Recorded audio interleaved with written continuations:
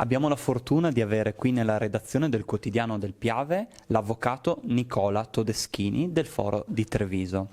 L'avvocato è esperto in diritto dei consumatori e quest'oggi ci darà delle importanti informazioni per difenderci da cosa? Ci darà dei consigli pratici e basici su come difendersi dai contratti conclusi fuori dai locali commerciali. Ormai una prassi sempre più, che sta crescendo sempre di più, sempre più in voga e che mette in difficoltà tante persone, non solo dal punto di vista economico e giuridico, ma come ci diceva lei prima, anche per i risvolti psicologici delle vicende.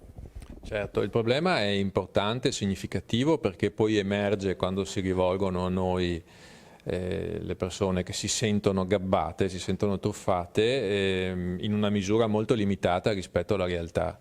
Quindi quando queste società passano come delle carovane facendo scorribande in provincia si vedono dei numeri di denunce, di reazioni, ma che sono, io credo, non superiori al 10 al 20% delle persone che invece prese in giro non hanno poi il coraggio di reagire. Non firmare mai. Non esistono statistiche che possano dimostrare che questi contatti che vengono fuori dai locali commerciali siano contatti proficui per chi firma. Quasi mai. Direi mai, ma non voglio eliminare la percentuale possibile.